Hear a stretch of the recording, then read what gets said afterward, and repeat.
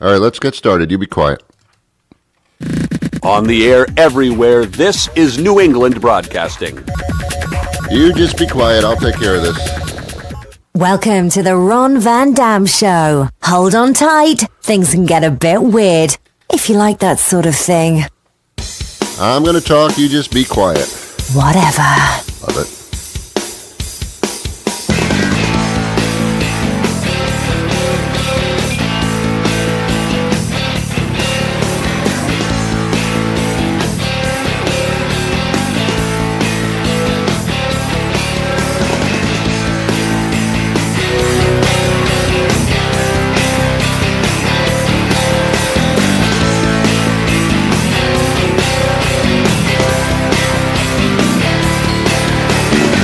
Hey, good morning, good afternoon, good evening, good night. Yes, it's the Ron Van Dam Show.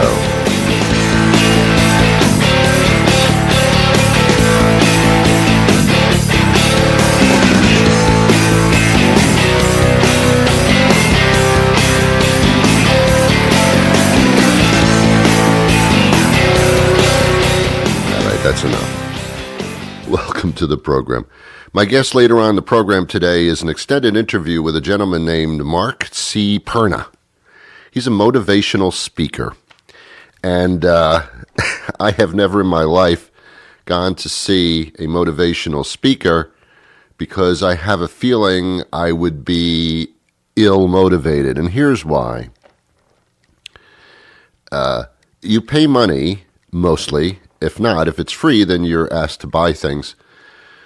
You pay money to see a guy stand in front of you, usually a guy, could be a woman, and they pace back and forth and they tell you what a piece of crap you are, how you have no motivation, nothing going on in your life, why you even living, what a piece of crap you are. And then they go on to tell you how wonderful things would be if you weren't a piece of crap. All you have to do, quite simply, is to exert yourself and be aggressive, and thus you will be successful at everything that you do. Sounds good. It's like, in many cases, it's like Trump. It's like a man standing in front of you saying, I have this snake oil, and if you ingest it, you will live forever. You will never die. You will be so healthy. You'll be 150 years old, and you'll be bouncing around like a baby. It's the same thing. Here's the problem. And by the way, I'm not saying this in order to put down my guest. I'm just, because my guest is actually very good at this. I'm just saying, for the most part, see, what you got to realize, when you see motivational speakers, they're usually standing up there to figure out how they can make money off of you. That's their job. That's their game. You all come in here and I'm going to make money off of you. They make it sound like I do this for free because I want to improve everybody's life. If you really think somebody cares about you that much who doesn't even know you, then you really are delusional. Maybe it's me. It's like going to a prayer tent meeting where there's an evangelist standing in front of you, and the evangelist puts his or hers, I don't know, hand on the top of your head, your greasy little head, and says, and now the Lord puts unto you a miracle shall occur. And all of a sudden, you weren't able to walk like for 30 years because you only have like one leg. And all of a sudden, excuse me for coughing right in your face. And all of a sudden, you get up and you start kicking your heels and stuff. And it's a miracle. It's a miracle. I can walk. And everybody in the audience goes, wow, it is a miracle. Little do they know that the guy that was just blessed by the evangelist happens to be the evangelist's brother who's in on the scheme. But that has nothing to do with motivational speaking. I don't even know why I brought that up. I guess it's because I'm skeptical about everything. And well, I should be. If you've lived life long enough, you will realize very few things are what they seem to be. There's an ulterior motive for just about everything. You've got to be savvy and smart. That's why kids have no idea. That's why kids shouldn't be making decisions ever. Because they have no experience to know a decision that they're making is like really but wrong. Really wrong. Anyway, motivational speaker will stand up there for sometimes over an hour and convince you that you are a piece of crap and that you don't have to be a piece of crap. You can be a vital member of society and make millions of dollars in the process. And while you're listening to this stuff for an hour, you are always totally convinced, wow, if I just exerted myself a little bit, I could be rich. I could own the world. I could invent things, have companies. I could have successful relationships, successful marriages, successful friendships. I could rule the world if I just did these things that this person is telling me to do. And they come up with the stupidest things, like get up in the morning and open your eyes wide and make a list of things you want to achieve in that day.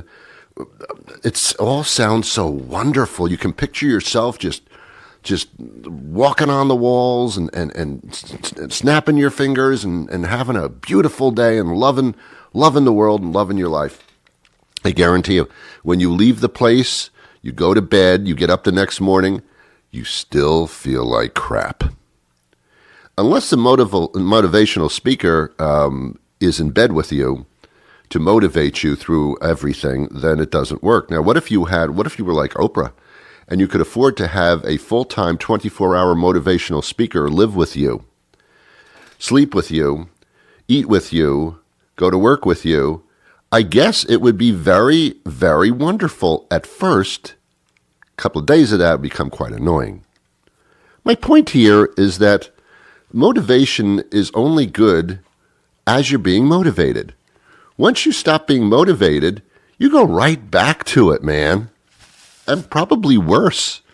Oh, they told me all the stuff I can do, and apparently I can't do it. Oh, I even feel worse now.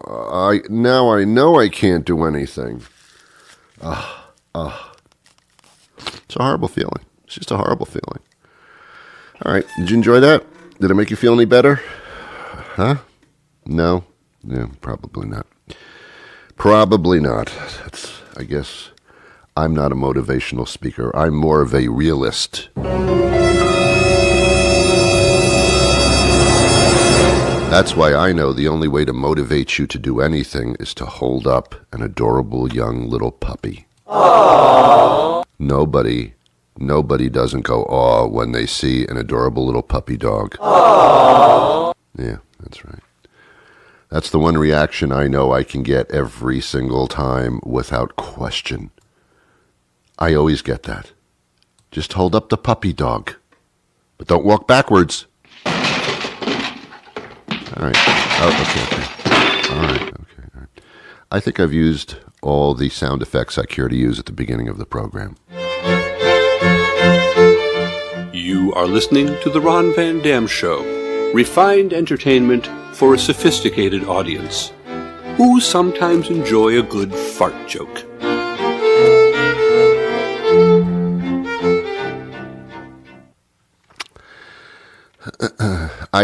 Before I settled down, I was dating this girl in my first year of college, and her name was Marcy. Marcy, if you're listening, how you doing, hon? We dated for about 8 months. It was probably the most exciting sexual experience of my lifetime. This woman, she was like about, maybe 19 or 20 years old, at the most. She taught me some stuff that was quite motivational, if you know what I'm saying. She was an artist. She was very motivating. She was so observant about everything and just so smart and sexually she was just like fantastic, just fantastic. It was quite a swing of 8 months, I'll tell you that. But she was motivational to me. I think everybody that I've known has motivated me in one way or the other. In other words, if I had a relationship or hung out with somebody who was just horrible, just a horrible person, That motivated me not to be a horrible person like them. So even that was motivation for me. I think it was Obama who said, that great philosopher, Barack Obama, who said, this is a teachable moment. Those things are teachable moments. When you're sitting in a classroom with a teacher talking to you in a classroom, that's not a teachable moment. That's a sleeping moment. That's a moment to try to forget. That's a moment wasted in time. But when you're actually out in the real world and stuff happens to you, those are teachable moments. Those are the ones you're supposed to carry with you, and you're supposed to learn from them as to not make the same mistake twice. We all make the same mistake twice. We all make the same mistake 3, 4, 5, 6, 7, 8, 9 times. Are they mistakes or are they teachable moments? Ooh, I don't know. My point here is that I have no point. We should learn from everything. So we do have a motivational speaker today, Mark C. Perna. His middle initial is C, and he tends to want to be called that. He's a good guy. We're going to be talking about millennials. I don't know what that means. I think it was anybody that was born after me, and millennials, I think they're from another planet. I don't know which one. I think it's Jupiter. And they roam the earth, and millennials can vote now, so don't screw with them. Do you remember the school shooting? I mean, everybody does, all the school shootings, and when the kids in Florida, Parkland, Florida, decided to tour the country and about gun violence and how the schools are not safe, and this is a horrible thing, and that the older people in our society are being assholes, and that the younger people are so smart, and they are. And these kids went all across the country and did speeches. They impressed the socks off of me. That was motivational speaking. They were real, true, honest kids. And here's the deal, everybody. Those kids will be able to vote in the next election. So you better regard them. And I'll tell you one more thing, which has nothing to do with what I'm talking about. If you're a woman in today's society, you better vote. Because if you don't vote, you are no human being. You're being attacked as we speak by many men in this country who do not regard you as anything but sexual beings. And if you don't stand up and say something about that right now, you will continue to be that.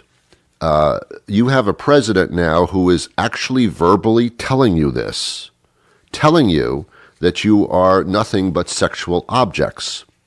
He's told you this for the longest time, but you just thought it was a joke. Now it's not funny. If anything has happened to you in a sexually aggressive manner by a male at any point in your life, whether it be at work, at the office, or when you were in high school, for example, and you were accosted or maligned or sexually mistreated or even raped by a male who thought that that was just what men do, then you better get off your feet right now and start talking about this and start reacting to it, because no human being should be treated like that. It's about time that the men who don't realize that you are equal and not to be sexually abused, it's about time they got their little dope slap. And this is the time to do it.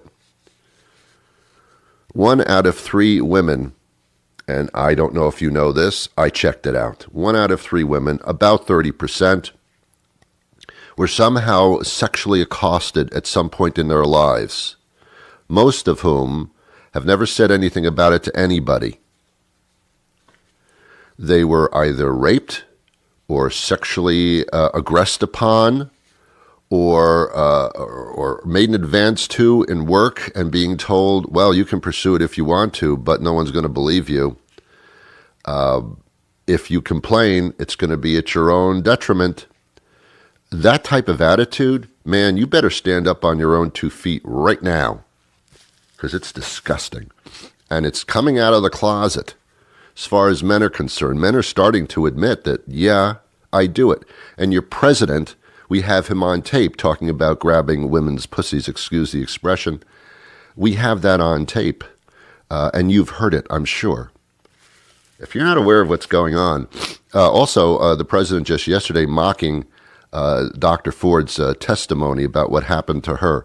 And whether you believe that Kavanaugh actually did that is not the point. She totally believes this happened, and she's expressing herself. And to be mocked by the President of the United States publicly in a speech, you got to do something about this, and you have the power to do it. You better take care of it.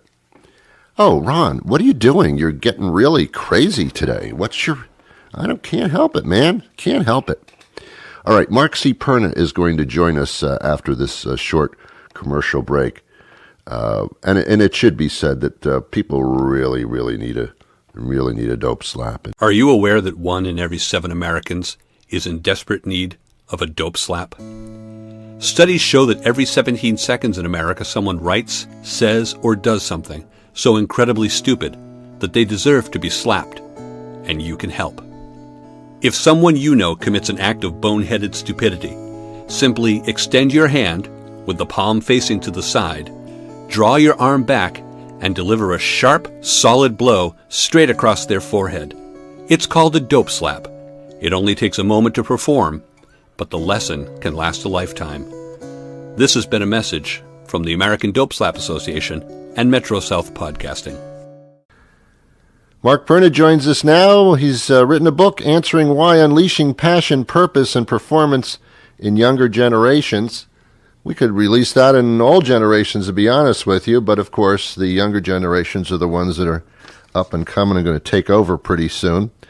He's a strategic consultant, and he does keynote speaking all over the world. And this book is fascinating. It's I guess it comes in the category of motivation. It does. It's really, how do you motivate anyone 38 and younger? Because that's kind of who I lump into the younger generations. I make it plural because there's 2 generations there. There's Generation Y, millennials, that we hear so much about, but then there's the generation coming right behind them, which is Generation Z. And how do you kind of unlock and unleash that passion, purpose, and performance in their lives? Yeah. Now, how did you get into writing this book? Why did this topic come up for you? I know you've talked about this frequently, but why now? Is it because? Well, yeah, go on. Yeah, honestly, Ron, it came to a point. So I speak about this all over, all over North America. Yeah. But what really came to bring this book about was that, there are so many people. Anytime you read a book or see anything about younger generations today, it's largely negatively slanted. They're lazy or entitled or something like this. And I go completely the other way. I think they're the most incredible generations to come down the pike. I think they're the most intelligent, resourceful, pit bull-like generations that we've ever seen. When they see a want to in their life, they'll move heaven and earth to get to that want to. But our challenge as parents, educators, and employers is getting them to actually want something. And so that's where the game is played. And so I wanted to write a book as to how do you create that want to in their life, because I've always believed that if the want to is strong enough, the how to will come. And this kind of connects all the dots on how to do that and understand them and kind of what makes them tick. Through history, as far as I can see, most younger generations have always rebelled.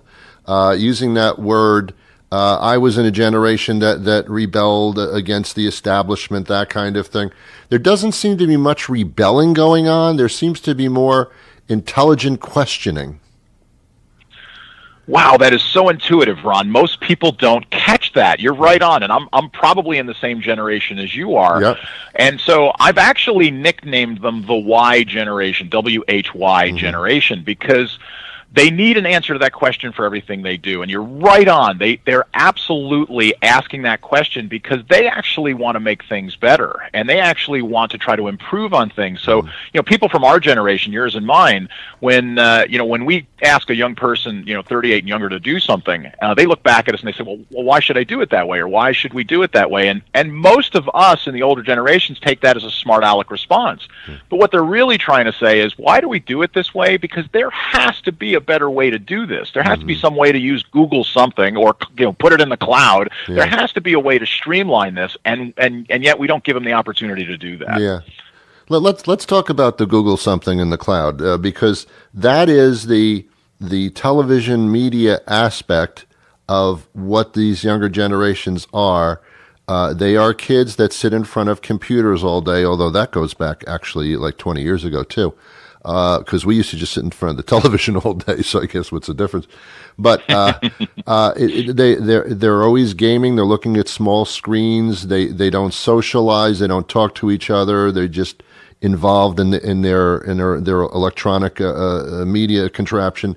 They're always on Facebook. They're always they're in a shell. That's the picture that for some reason has been painted of these upcoming generations. Well, very true. And in fact, older and younger generations, what I call the generational divide, but between us is trying to understand that that's simply the way the world is today. Technology is just kind of wrapped and cloaked around us. And so they're going to connect to it in every way that they can. But I'll give you a great example in my own home. I've been a full-time single dad for 22 years, and my kids today are 31 and 29 years old. Great. And so my youngest son, when I write a text message to somebody, it's written like it's a letter. Yes. There's a salutation. There's an opening statement. I hope you're doing well. There's the body of the text, and then there's a close. Hey, have a great day. That's Love funny. you, Dad. That's funny. And I will get back one letter from him, and it's K. And it's like, and I laugh every time because he didn't have the time to add the O. Right? Yeah. He couldn't do OK. It had to be K. And I'm like, so and for the longest time it was frustrating until I realized that it's just it's in the streamlining of just doing things in a quicker way. And the more we allow them to kind of connect to that, the more we drive them further and faster. Yeah. And I tell audiences this all the time, business and industry, educators, parents, all the time, is you can either look at them like they're a challenge to be overcome, or you can look at them as the most tremendous resource that can be unleashed, in front of you. And that's why I wrote the book, so people can do that. So Answering Why is all about how do you do that? How do you capture their interests, and how do you create that want to? When there is such a disconnect between generations. I think there always has been, but there certainly is now as well. Oh, there always has been. Yeah. So now there is that big generational rift because, well, frankly, older generations think the younger generations are missing it, and the younger generations look at the older generations and go, "You're clearly missing." It's always been. And so it's just looking at each other instead of understanding that the differences can actually be benefits and values to each other. And that's what I'm trying really kind of as a wake-up call kind of way is to here's how they are, here's how they think, here's what makes them tick. And if you understand that, you can engage and communicate in a much more effective way. Yeah. I mean, I always looked at as kids grow older and they go to college, like, oh, all they want to do is sit around and smoke pot. And then I say to myself, wait a minute, that's all I did. Wait a second. A second. Yeah, well, some things never change, Ron. Some things never change. Wait a second here. Okay. All right. What is the reaction to your thesis here, what you're looking at? I assume it's been well received. Yeah, it's been remarkably well received. Publishers Weekly gave it a positive review, said it was perceptive, reasonable, and thought-provoking arguments all, which I was very proud as a first-time book author because they rarely review a first-time book author. Right. And the reviews on the internet have been extremely positive. So the reception has been wonderful. I've been doing large speaking events and selling out books, and it's available on Amazon and other places as well. So it's been wonderful. I appreciate you asking. Good. Let me get into one other piece of this, and that is not the way that these generations are now as they're growing up, but what do they do when they get into the workforce, the workplace? Because then they're somewhat melding into the other generation financially. They're not sheltered anymore. They're out into the world. And for most generations, that's always a smack in the face. Are they being well prepared for what's to come in their employment years? No, for the most part, they're not. There's exceptions to this, but for the most part, they're not being well prepared, and a lot of that isn't necessarily their fault. A lot of it is simply in the way we reared them and the way our culture is dealing with them today. So they're not prepared to really get in and meld for the most part. Now they're adapting, as well as some of their employers are trying to adapt as well, but they're not coming out with the professional and technical skills that they need along with their academic rigor. So I mean, there's a lot of academic knowledge in them, but they don't have a lot of those professional skills and being able to kind of connect the dots as to how they fit within the workplace. So, but that goes both ways. Again, they're amazing if you can unleash them, but business and industry is having a tough time trying to understand why they're different. And now we're at the point where actually, millennials are moving into management positions within business and industry, and they're finding that managing, their own generation is a challenge, because now that they're put into the position of having to manage them, they're having to make those connections and truly understand the power of both academic knowledge, technical skills, professional skills, work ethic, punctuality, those kinds of things.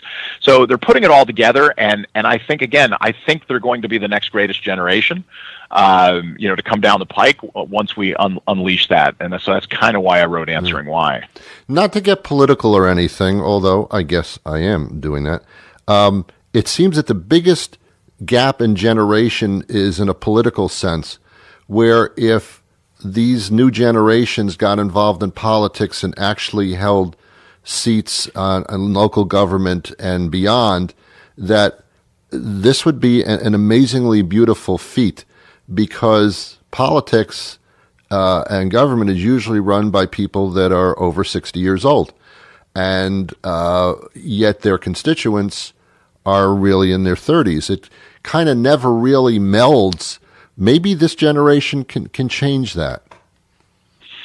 I'm with you. I think there's a great opportunity for them to change it. And I think they're starting to understand that they are quite the force out there. I mean, right now, when I say younger generations, 38 and younger, that is literally the largest population of people right now in the United States. So it's a tremendous block of people, and they have to be understood and accepted for how extraordinary they are.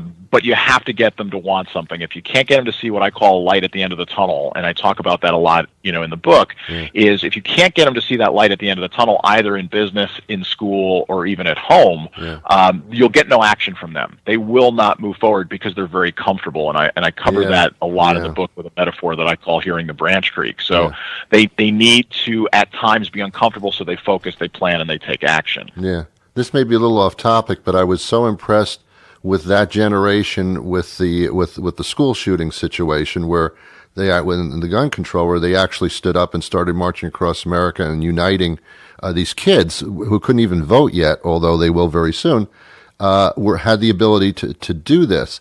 And I was so incredibly impressed with them. Then I became incredibly disappointed with my generation that kind of let time tick by and didn't do anything anyway. And that was such a great indication to me of that divide politically and socially. Yeah, well, I mean, the young people today want to give back. Deloitte, who's the global accounting and consulting firm, did a survey of millennials about 15, 16 months ago, and what they came out with was astounding to me, because they said 68% of female millennials and 64% of male millennials, so 2/3 of that generation, literally plan to leave their current job by the year 2020.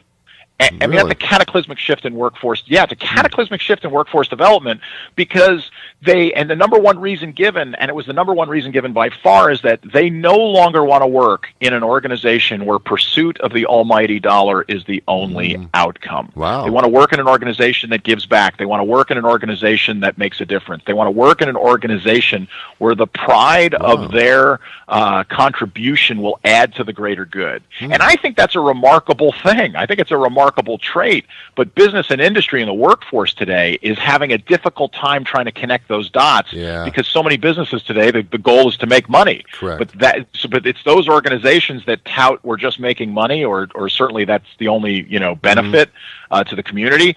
They're the ones who are burning and churning through people because they can't keep them because it's not appealing anymore. They want an organization where they can make a difference. Well, which is wonderful. Yeah, I mean the vehicle will always be to make money, corporation wise. But what I think they're starting to understand, thanks to these millennials, is that you've got to be happy in what you're doing. And when you're happy and comfortable, and you want to go to work, and you're fulfilling your own needs, you're going to make money. But not until. And I think that's the shift: is that you can do both, not just make money. That's correct. Yeah. You can do both. Yeah. Interesting. Well, I got to read this book. I have got to read this. This is important. And there are so many generations, X, Y, Z. I have no idea what they are. I guess. Well, you just named the bottom three, so you got it. X, Y, and Z. That's good. And that's where they sit. That's where they sit today. And and the book can be found at Amazon. It can be found also at bookstores. Amazon's always, to me, the easiest place to get anything. It's called Answering Why. But I also, for you, Ron, as well as your audience, is for anyone who visits markcperna.com. That's my website. Yep. So MARKC is my middle initial, Perna, PERNA.com. There's a free resource section where you don't have to sign up to get any of this. You can just download it. But there's an action guide. There's a parent-child career conversation starter. There's 30-second ways to maximize interactions with today's younger generation, and there's a book study guide for the book, so that any organization can drive it through their whole organization to truly understand how do you take the principles in the book. And then apply them to whether it's an education setting, a business setting, or even in your home, how you can kind of take it to the next level and understand them. So all that's free, and anyone can download any of that and send it wherever they want. So, but all that's available. Great. It's Answering Why, Unleashing Passion, Purpose, and Performance in Younger Generations. Mark C. Perna, thank you so much for your time today. Thank you so much, Ron. It was an honor to talk with you. Thank you. You take care. Bye-bye. All right. All right, that'll do it for today. You have yourselves a wonderful, wonderful day. Until next time, like tomorrow, I wish you peace.